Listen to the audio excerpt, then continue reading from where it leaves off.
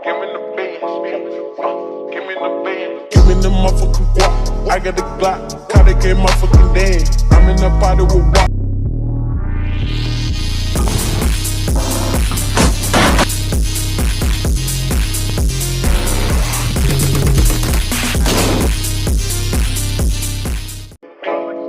Give me the beans, give me the beans. Give me the motherfucking guap. I got the Glock, caught it came motherfucking dead.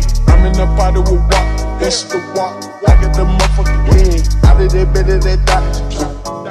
I don't even fuck with their friends. All of my cuts, dirt. I don't even fuck with these kids. I don't even fuck with WAP. I do the WAP spin. I don't even fuck with WAP. I do the WAP spin. I got some money to spend. We got some money. Assalamualaikum warahmatullahi wabarakatuh. Salam sejahtera bagi kita semua. Pada kesempatan kali ini, kami dari kelompok 1 podcast PKN ingin menelaah ancaman terhadap ideologi. Sebelum itu, saya akan memperkenalkan diri dan kelompok saya. Yang pertama ada saya selaku Parlit Samuel Arwan, ada Ardiona Wiranugroho, ada Moza Raihan Priyono, dan ada Valentinus Moreno. Oke, tanpa lama-lama lagi, yuk kita langsung saja ke materi pembahasan. Oke, materi akan didudukkan oleh saya, pengertian ancaman terhadap ideologi. Ancaman bermuatan ideologi atau ancaman ideologis merupakan suatu bentuk ancaman yang dapat mengganggu ketahanan nasional. Berkaitan dengan ideologi sebuah negara, ancaman bermuatan ideologi bisa datang dari dalam maupun dari luar negeri. Oh iya, apakah kalian tahu ancaman di ideologi di dalam negeri bisa menjadi ancaman pada ideologi Indonesia sendiri. Tapi ada juga loh ideologi yang bertentangan atau ideologi lain yang berada di dunia luar, seperti ideologi kapitalisme. Ideologi kapitalisme cukup dikenal di dunia. Ideologi kapitalisme dipopulerkan oleh seorang bapak ilmu ekonomi dunia, yaitu Adam Smith. Paham ini digagas oleh Adam Smith karena tidak setuju dengan ideologi merkantilisme yang berkembang pada saat itu. Teori Adam Smith mengenai ideologi kapitalisme yang cukup dikenal luas, yaitu teori invisible hand, atau tangan yang tidak terlihat. Ideologi kapitalisme menekankan kepada penguasaan modal oleh pihak swasta, yang dimana negara tidak berhak mengatur dan membuat undang-undang yang dapat mempersulit jalannya usaha mereka. Untuk yang kedua yaitu ideologi liberalisme, yaitu macam ideologi ini adalah menekankan kepada kebebasan setiap golongan untuk dapat mengekspresikan keinginannya sendiri tanpa ada larangan dari pihak lainnya. Seperti dari asal katanya, yaitu liberal yang berarti kebebasan. Ideologi ini menganggap bahwa setiap orang harus memperoleh kesempatan yang sama dalam mencapai sesuatu.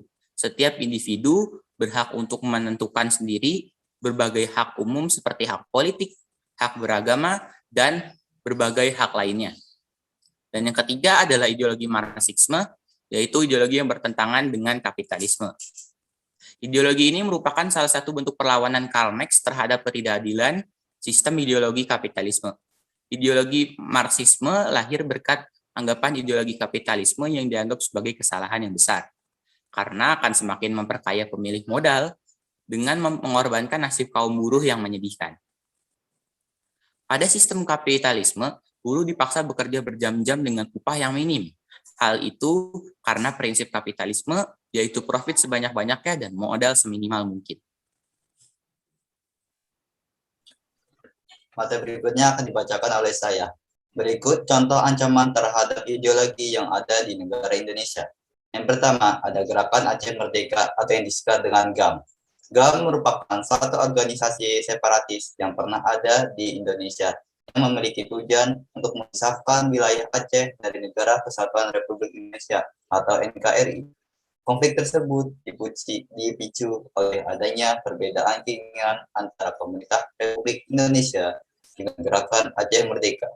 sehingga para aktivis GAM ingin memisahkan diri dari NKRI. Selain Gerakan Aceh Merdeka, ada organisasi Papua Merdeka atau yang disingkat dengan OPM, adalah sebuah organisasi terlarang yang didirikan pada tahun 1965. Untuk mengakhiri pemerintahan Provinsi Indonesia yang sebelumnya dikenal sebagai Irian Jaya, dan untuk memisahkan diri dari negara Indonesia. Oke, contoh berikutnya adalah Partai Komunis Indonesia atau PKI. PKI sering melakukan pemberontakan, salah satunya pada 30 September 1965 yang disebut G30 SPKI. Peristiwa ini juga disebut Gestapo Gerakan September 30. Pemberontakan ini bertujuan penggulingan pemerintah yang sah yang berkuasa di Indonesia untuk digantikan dengan ideologi komunis. Contoh berikutnya adalah Republik Maluku Selatan atau RMS, adalah sebuah republik di Kepulauan Maluku yang diproklamasikan tanggal 25 April 1950. Pulau-pulau terbesarnya adalah Seram, Ambon, dan Buru. RMS di Ambon dikalahkan oleh militer Indonesia pada November 1950. Tetapi konflik di Seram masih berlanjut sampai Desember 1963. Kekalahan di Ambon berujung pada pengungsian pemerintah RMS ke Seram, kemudian mendirikan pemerintah dalam pengasingan di Belanda pada tahun 1966. Ketika pemimpin pemberontak Dr. Chris Soumofil ditangkap militer Indonesia dan dieksekusi tahun 1966. Presiden dalam pengasingan dilantik di Belanda. Pemerintah terasing ini masih berdiri dan dipimpin oleh John Watilete, pengacara berusia 55 tahun yang dilantik pada April 2010. Berikutnya beberapa akibat dari adanya ancaman ideologi. Yang pertama, lemahnya pemahaman masyarakat tentang ideologi bangsa, yaitu Pancasila. Hal tersebut mengakibatkan perilaku masyarakat tidak sesuai dengan nilai-nilai Pancasila. Yang kedua, memunculkan berbagai gerakan separatis karena adanya perbedaan ideologi. Yang ketiga, rusaknya etika dan moral bangsa karena sikap serta perilaku yang tidak sesuai dengan nilai-nilai yang tertanam dalam Pancasila. Kemudian, ancaman terhadap ideologi negara ini disebutkan oleh Menhan sebagai perang modern, yaitu suatu metode perang yang relatif murah meriah, karena tanpa mengeluarkan satu letusan peluru pun. Pihak musuh sudah menghancurkan pilar dan seni-seni dasar kehidupan berbangsa dan bernegara. Apabila kita tidak bisa mengantisipasi dan mengatasi dampak serta akibat dari perang mindset ini, maka taruhannya akan sangat besar dan dahsyat terhadap keberlangsungan eksistensi NKRI ke depan, jelas Menhan.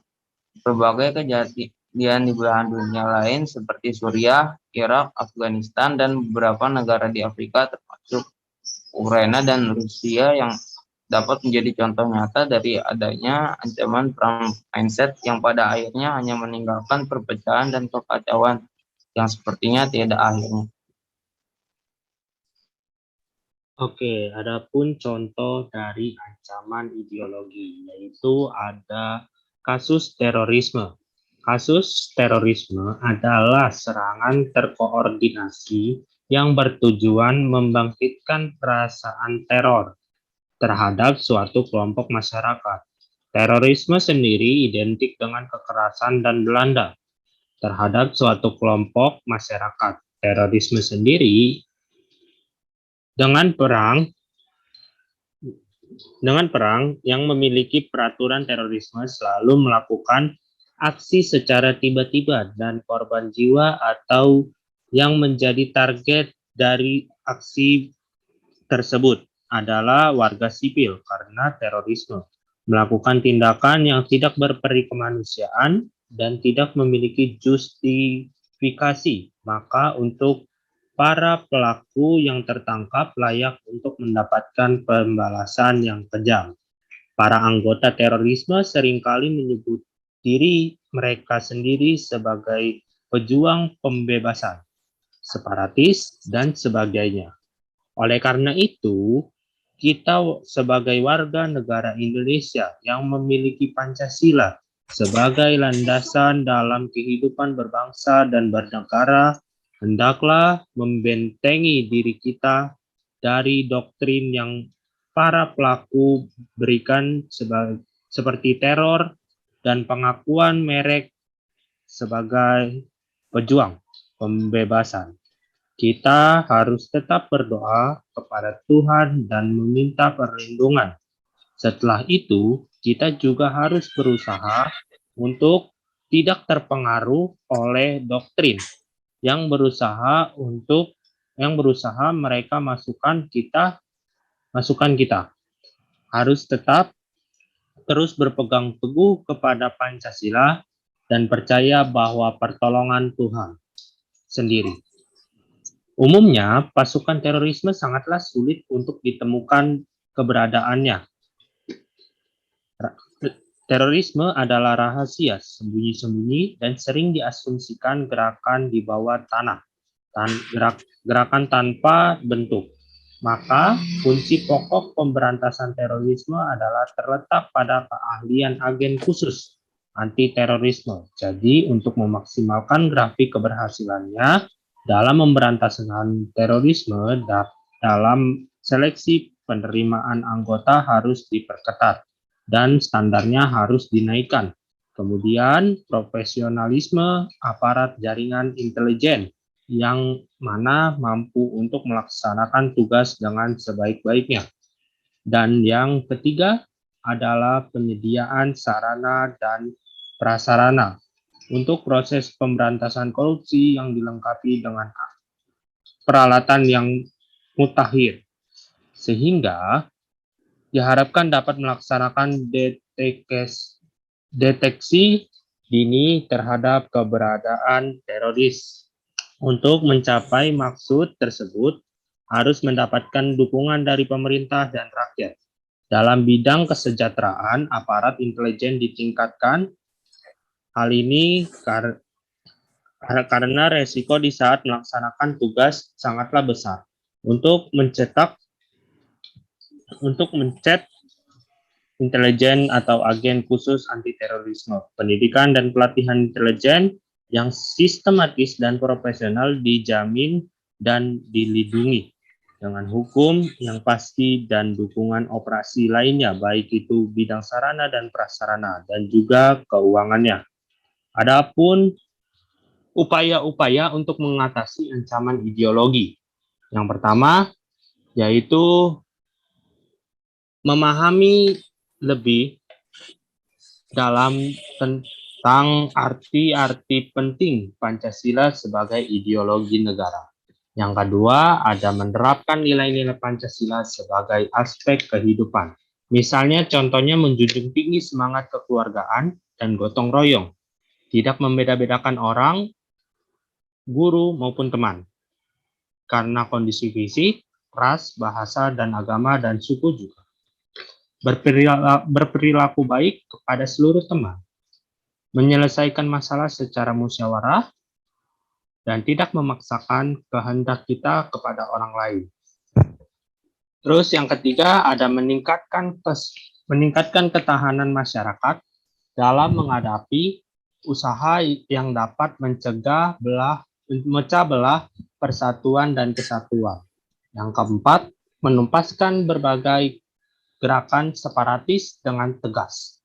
Yang kelima, sosialisasi wawasan kebangsaan dan implementasi nilai-nilai Pancasila dalam rangka melestarikan dan menanamkan kesetiaan terhadap ideologi bangsa. Oke, sekian podcast dari kelompok kami. Kurang lebihnya mohon maaf. Tetap jaga kesehatan dan mematuhi protokol kesehatan. Saya akhiri sekian. Assalamualaikum warahmatullahi wabarakatuh.